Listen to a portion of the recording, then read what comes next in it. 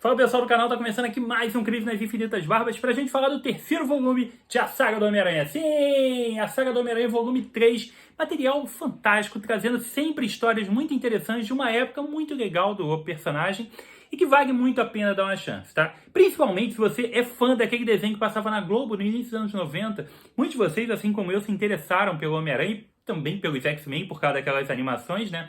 E aquela fase do desenho é exatamente a mesma fase que está rolando agora aqui. Essa chamada coleção Saga do Homem-Aranha, Saga de Roger Stern, traz exatamente esse momento do tempo. Os quadrinhos que se basearam estão exatamente nesse período aqui. E embora não tenha nenhuma história escrita pelo Roger Stern aqui, a gente tem grandes nomes dos quadrinhos, tanto no roteiro quanto na arte, e histórias que têm momentos históricos acontecendo aqui de verdade, tá? Não é a primeira vez que surge um personagem dentro das páginas de A Saga do Homem-Aranha, então aqui a gente tem nada mais nada menos que 3 personagens surgindo, e personagens muito conhecidos, tá? Então é alguma coisa bem legal, tá? E uma coisa que está dentro de um custo-benefício dos materiais de banca, que bem aceitável, tá? Custa R$ 39,90, edição 3, você sabe que você consegue comprar o volume 1 e 2 ainda pela Amazon, até com desconto você já consegue. Então, é uma coleção que dá para você ir pegando aos poucos, mas vale muito a pena. Vale muito porque você tem materiais aqui que foram poucas vezes republicados. É um material, alguns deles são relativamente raros, embora muito legais, mas eles não tiveram outra oportunidade nem pela editora Abril. Essa fase que publica os materiais que começaram a sair nos Estados Unidos em 1980, lá na Saga do Homem-Aranha, volume 1 e 2, a gente tem basicamente só 1980, e agora no volume 3 a gente começa a ter 1981 também. Esse material foi publicado aqui no Brasil pela editora Abril, no início dela publicando Homem-Aranha. Então, em 1983, a editora Abril começa a publicar o Homem-Aranha, e dali para frente ela chega nessa fase aqui das histórias. O Homem-Aranha já era publicado antes por outras editoras, então eles pegaram esse momento do tempo e começaram a publicar. E talvez a Abril tenha sido tão grande, tão forte, justamente por pegar uma fase muito legal da Marvel em vários heróis. E, obviamente, incluindo o Homem-Aranha, tá? Então, é uma fase memorável que a própria Abril não republicou quando veio a Teia do Aranha. Teia do Aranha republicava as histórias clássicas em 1990, ali no início dos anos 90, e ela não republicou muitos desses materiais que estão aqui. E a Panini, muito menos, porque são histórias que, embora sejam bem divertidas, não tinha uma justificativa real para haver uma republicação, tá? Então a gente tem republicação de histórias que estavam aqui, por exemplo, da fase do Duende Macabro, do surgimento do Duende Macabro, porque são relevantes serem republicadas. Ou também as histórias desenhadas pelo Frank Miller. Porra, tem um Homem-Aranha desenhado pelo Frank Miller. Sim, a própria Panini já republicou isso várias vezes, inclusive com um encadernado recente. Mas outras histórias acabaram se perdendo. E a oportunidade agora. Aquela nostalgia, aquele senso de diversão das manhãs assistindo o desenho, que inclusive está disponível no Disney Plus, caso vocês queiram dar uma olhada. Tá tudo aqui, tá? O visual do Peter Parker, porra, toda a construção das histórias, os vilões, é exatamente a mesma época e é legal demais, tá? O legal é que as histórias também elas funcionam muito bem individualmente. Embora exista uma continuidade da vida do Peter, exista uma cronologia, as histórias são fechadas dentro de si e isso é muito bom.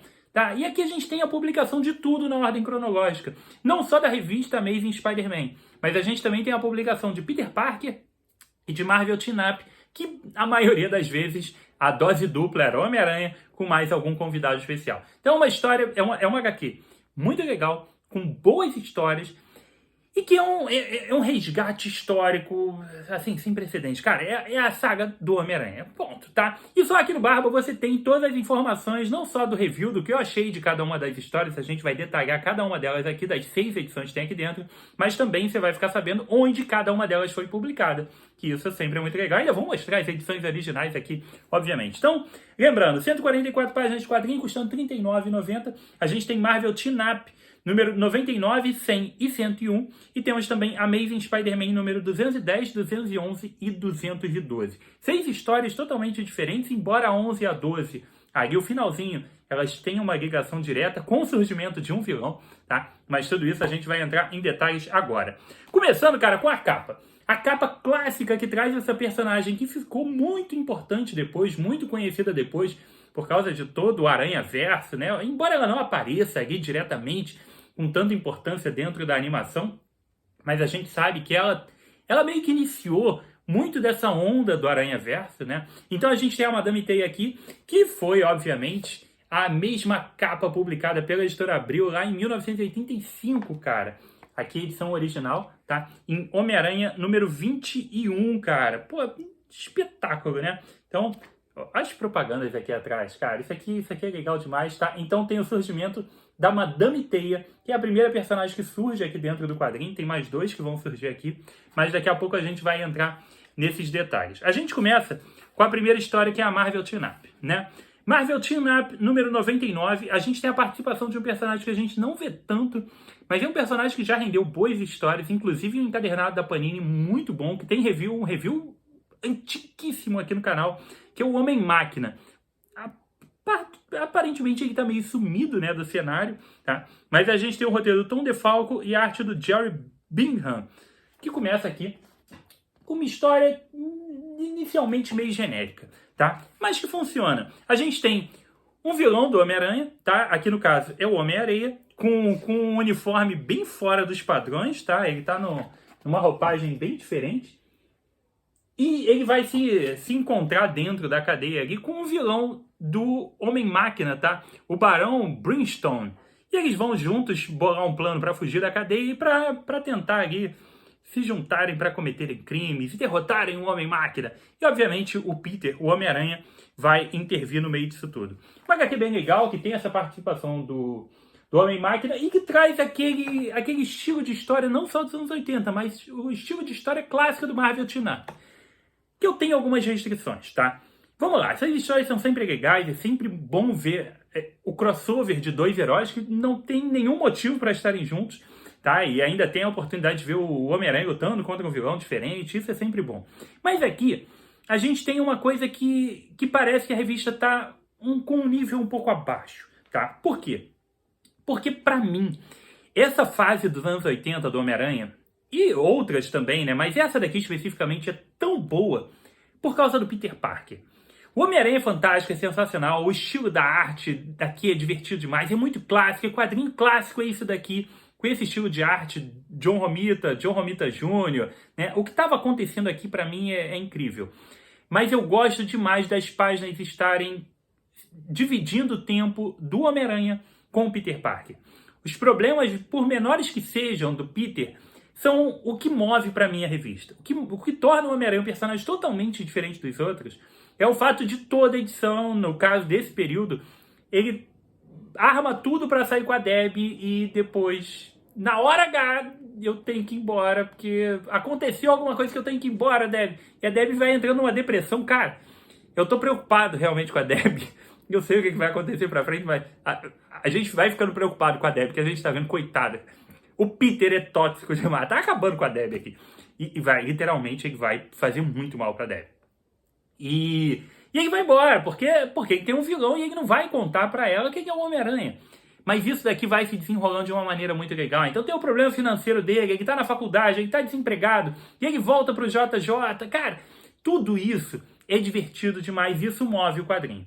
Quando a gente tem Marvel Team Up, a gente tem histórias que são legais pela ação, pela participação dos outros heróis, mas a gente não tem o Peter, a gente não tem o desenvolvimento do personagem. Muitas vezes o roteirista que estava escrevendo isso aqui era alguém que não estava escrevendo Homem-Aranha, não faz às vezes nem ideia exata do que está acontecendo com o personagem. O objetivo é ver a interação dos dois. Então são histórias boas, sim, mas elas têm uma carga de qualidade, um peso um pouco menor, tá? Eu me divirto muito mais quando chega em Amazing Spider-Man. Mas eu acho ótimo que elas estejam aqui, porque são materiais ainda mais difíceis de serem republicados, tá? E eu acho que funciona bem, sim, o mix. Eu tô dizendo que eu acho essas histórias um pouco inferiores. Mas ainda assim, a gente tem uma história legal aqui do Homem-Máquina, né? Um personagem que a gente não veria normalmente. E aqui fica também uma dica e um comentário que, para você que não conhece esses personagens que vão aparecendo aqui, é uma oportunidade de você ter um contato com eles. E um contato com personagens que você não tem muitas oportunidades. O Homem-Máquina é um personagem relevante, é um personagem que tem história muito boa. Pô, Panini já fez um capa dura lindo do Homem-Máquina. E quem é o Homem-Máquina? É a oportunidade de tu dar uma olhada, tá? O Homem-Máquina saiu em Homem-Aranha número 63 aqui no Brasil. Tá? Essa Marvel Team Up número 99, encontro dele com o Homem-Máquina. eu não tô com ela aqui, mas saiu então em 1988, dentro da revista do Homem-Aranha, foi publicado Marvel Team Up número 99. Esse material nunca foi republicado, então a própria editora Abril nunca republicou e a Panini, obviamente, publica pela primeira vez essa edição. Então, uma história bem legal e bem memorável, bem lembrável, bem memorável por causa disso, tá? Então, vale a pena ter o material aqui, se torna interessante por conta disso. Depois a gente tem o encontro dele com o Quarteto Fantástico em Marvel Team Up número 100. Obviamente, para comemorar aqui, por que não? Um encontro do Aranha com o quarteto desenhado por quem? Pelo Frank Miller, cara. Isso é muito bom. A gente tem o roteiro de Chris Claremont e arte do Frank Miller. Porra, é uma Marvel Team Up 100. Sensacional. Ah, cara, essa daqui é muito legal. A história é muito boa, tá? E a gente tem aqui a arte do Miller arrasando, destruindo. Olha isso aqui, tá? A arte muito bonita. Então, pra galera que fala, pô, o Frank Miller não desenha nada e tudo mais, que tá vendo aqueles desenhos do Frank Miller atuais, que são meio mais ou menos mesmo, tá? Existe, tem uma qualidade, mas obviamente tem uma estranheza muito grande por trás. Aqui ele desenhava muito. E a gente tem aqui o grande grupo da Marvel, a grande família da Marvel, que é o Quarteto, junto com o Homem-Aranha, que é o maior personagem da Marvel, desenhado pelo Frank Miller e com um dos maiores roteiristas da Marvel, que é o Chris Claremont. Então, uma edição toda redondinha. A gente vai ter uma personagem aqui que ela possui o corpo do Homem-Aranha, ela entra na mente dele, possui o corpo dele para tentar fazer uma determinada coisa. Inicialmente, essa personagem começa como vilã. A gente vai descobrir toda a origem dela, a história dela, por que ela está fazendo isso. Vai ter, obviamente, um confronto com o Quarteto Fantástico, porque tem que ter, né? Essa é a graça de qualquer crossover da Marvel. Herói e herói, eles primeiro têm que cair na porrada. Depois eles conversam, isso. Começa por aí. A mesma coisa aconteceu com o Homem-Máquina e, óbvio, vai acontecer também com o Quarteto Fantástico. Só que, além de tudo isso, tá? Além de todas essas coisas legais, a gente ainda tem aqui o surgimento de uma X-Men. A gente tem o surgimento de uma das fundadoras dos Novos Mutantes, que é a Karma. Ela surge nessa história aqui. Ela é a responsável por tomar o corpo do Peter, por tomar o corpo do Homem-Aranha e usar ali o corpo do Homem-Aranha. E essa personagem depois viria a ser a fundadora dos Novos Titãs. Ela está aí até hoje nas histórias. Então, ela surgiu nessas páginas, em Marvel Team Up, número 100, que a gente tem aqui. Então, é o primeiro surgimento de personagem que eu vou te mostrar aqui, tá? A gente tem mais dois, né? O outro vocês sabem que é a Madame Teia, eu já tenho o spoiler, óbvio, tá? Mas a gente tem o surgimento da Karma com toda a origem dela, numa HQ bem movimentada, bem divertida e com a arte do Frank Miller. Material bem legal, vale bastante. Recomendo demais. Essa edição, obviamente, já foi republicada outras vezes, porque é uma edição muito icônica. Tem o Frank Miller, tem o Chris Claremont, tem o Quarteto, tem o Homem-Aranha, tem todo mundo junto. Então, é uma edição que foi republicada várias vezes. Esse material saiu aqui no Brasil, primeiro, em Grandes Heróis Marvel número 18, tá? Lá atrás, na década de 80, pela editora Abril. Depois, em Super Aventuras Marvel número 32, também material muito antigo. Saiu depois em Maiores Clássicos do Homem-Aranha de Frank Miller, número 4, o encadernado da Panini, o início da Panini, ela chegou com várias coleções em capa cartão, tipo a saga do Homem-Aranha, que trazia ou por personagens ou por artistas. Então teve Thor de Walt Simonson, teve vários materiais do Byrne, como o Tropa Alpha, Quarteto Fantástico, e teve também Homem-Aranha do Frank Miller. Saiu, então, no número 4, essa história aqui, os Maiores Clássicos do Homem-Aranha do Frank Miller. Saiu também em Coleção Histórica Marvel Quarteto Fantástico, número 4. Aquelas edições tinham capa marrom que vinha com uma caixinha. Então, ali era sempre um mix de histórias selecionadas do quarteto, né? No caso do quarteto, teve Coleção Histórica Marvel Vingadores, Homem-Aranha, Defensores, um monte de personagens. Saiu no número 4. E finalmente saiu agora, recentemente, Universo Marvel por Frank Miller, uma coletânea de histórias desenhadas e escritas pelo Frank Miller, que a Panini lançou recentemente, tem também esse material. Então, um material que foi republicado bastante, mas curiosamente, talvez eu nem tivesse nenhuma dessas. Eu acho que eu tenho a Grandes Heróis Marvel, Super Aventuras Marvel 32, talvez eu não tenha, e o resto todo eu não tenho. Então, eu tive a oportunidade de ler um material que, embora muitas vezes republicado, eu nunca tinha tido contato, tá? Então, show de bola. A gente ainda tem... Só vou mostrar aqui que é legal. Como era o Chris Claremont escrevendo, ele ainda aproveitou para botar os X-Men na história, né? Obviamente é legal que a gente vai ver os X-Men também desenhados pelo Frank Miller aqui, né? É rápido, é só uma paginazinha, mas a gente ainda tem os X-Men também desenhados pelo Frank Miller. Próxima história. Próxima história, a gente tem um personagem bem diferente, que passou por algumas mudanças, que é o Nighthawk, que é o Falcão Noturno.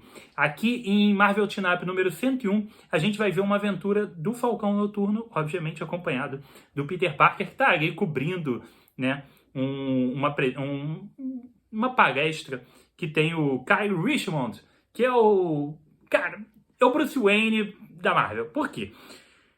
Embora a gente tenha o Cavaleiro da Lua, né, que também é uma ótima analogia, mas o Falcão Noturno, ele é exatamente uma cópia do Batman mesmo. Afinal de contas, os personagens envolvidos aqui com o Falcão Noturno depois, né, eles formam uma versão Liga da Justiça da Marvel, literalmente. E o Falcão Noturno é o cara milionário e tudo mais, que se veste ali, uma capa, enfim. Ele é o Batman, tá?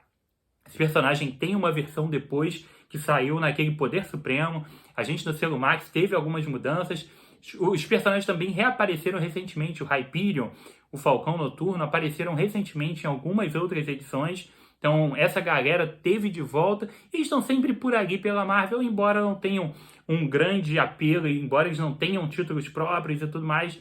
Esquadrão Supremo, essa galera tá sempre pela área. Aqui a gente tem o roteiro do J.M. DeMatteis e a arte do Jerry Bigham, que também estava na primeira edição, tá? Então é uma história que funciona, é um material divertido, tal. Essa daqui talvez seja a que sinta mais falta de ter justamente a questão do Peter, porque aqui a gente está com um personagem menos interessante ainda, né? A verdade é essa.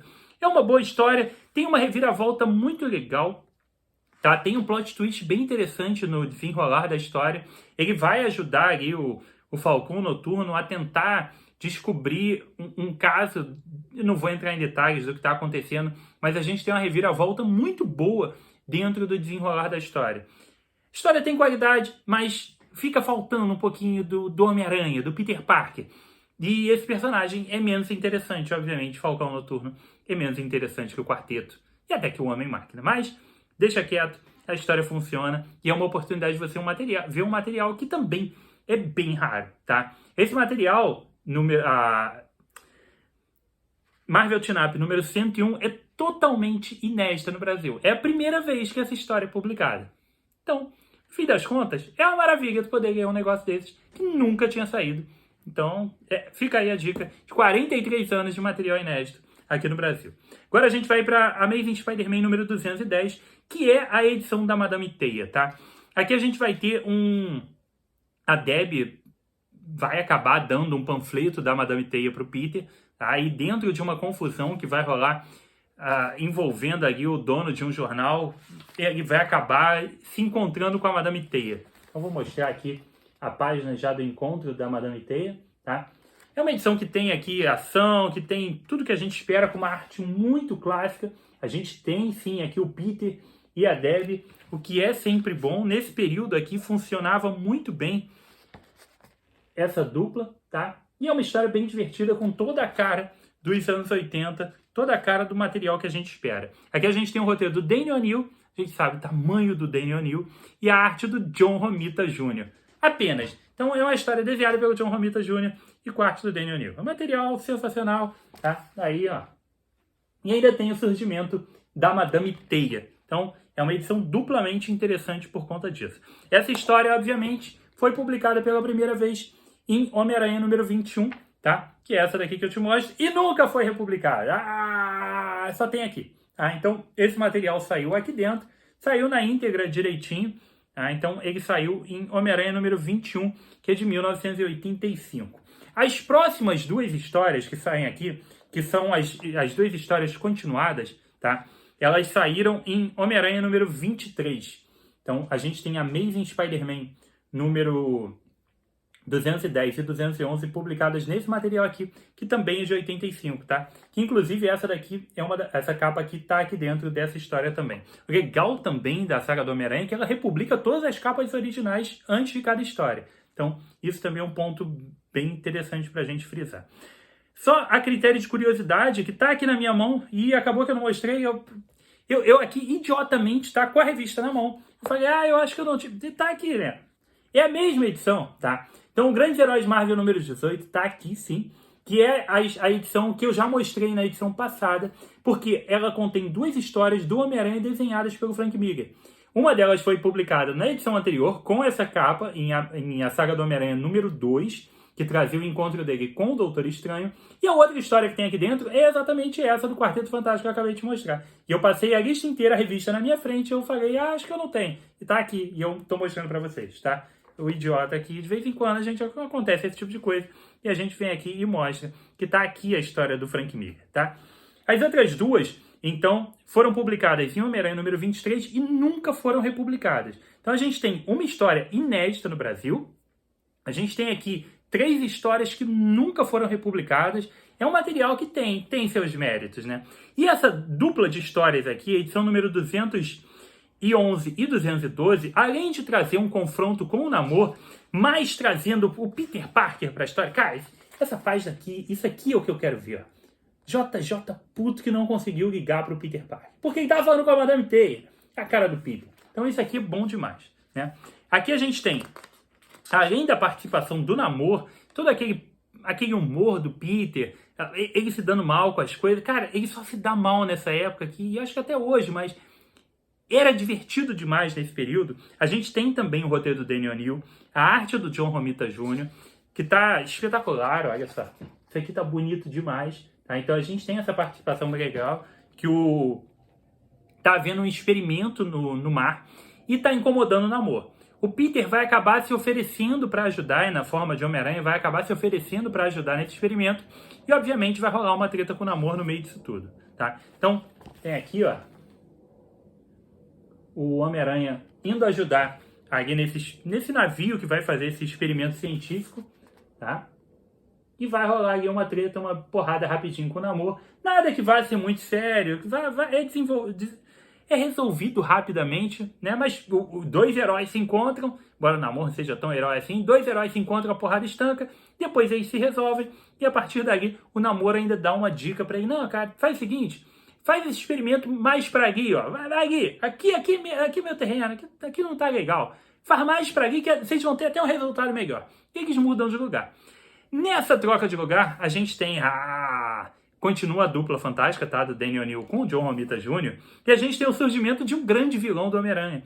Não sei se a gente pode chamar de grande, tá? Mas é um vilão famoso, que é o Homem Hídrico. Sim, é o terceiro personagem que surge aqui nessas páginas, que é o Homem Hídrico. E eu lembro, assim, perfeitamente do episódio do Homem Hídrico na animação que passava na Globo. Tá? Cara, tem alguns pontos exatamente iguais da batalha dele no telhado, iguaizinhos, tá? Então, a gente tem o surgimento desse vilão que tá aí até hoje, né? Então, a gente teve, né, a união do Homem Hídrico com o Homem-Areia, fazendo aquele Homem de Lama e tudo mais, que daqui a pouco vai aparecer nessas revistas também. Então, essa edição aqui, além de ter material inédito, material que praticamente nunca foi republicado, ou nunca foi republicado, a gente ainda tem, cara, John Romita Jr., Chris Claremont, Daniel O'Neil, Frank Miller, Quarteto Fantástico, Namor, surgimento da Madame Teia, surgimento do Homem Hídrico e surgimento da Karma, fundadora dos Novos Titãs. Tudo isso na saga do Homem-Aranha volume 3. Como não dizer que isso aqui não é imperdível? Cara, esse material é imperdível para quem é fã dos super-heróis, para quem é fã da Marvel e para quem é fã do Homem-Aranha. É um dos títulos mais consistentes e mais legais que tem na banca, justamente por proporcionar muita coisa numa edição só. Diferente de muitas edições que a gente compra, que tem o mesmo número de páginas e não traz absolutamente nada, não é verdade? Isso aí. Então, Saga do Homem-Aranha é um dos melhores títulos de longe do que você vai encontrar na banca. Tá aí, cara. E se tu ainda não pegou o número 1, aproveita, vou deixar os links aqui embaixo. Usa os links do Barba, que você ainda ajuda o canal, e pega que dá pra comprar. E depois você vai se arrepender. Poxa, eu não comprei, o Barba falou. E essas edições, cara, elas vão vender bem e elas vão sumir. Aproveita que esse material tá legal demais. Curtiu o programa? Deixe seu like, deixe seu comentário. Não esqueça de deixar...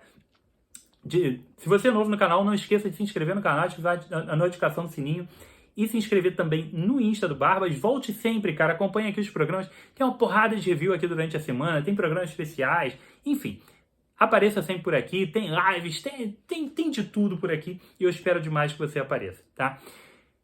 E foi isso. Aqui comigo, Rodrigo, mais um review de quadrinho. Um abraço e até a próxima.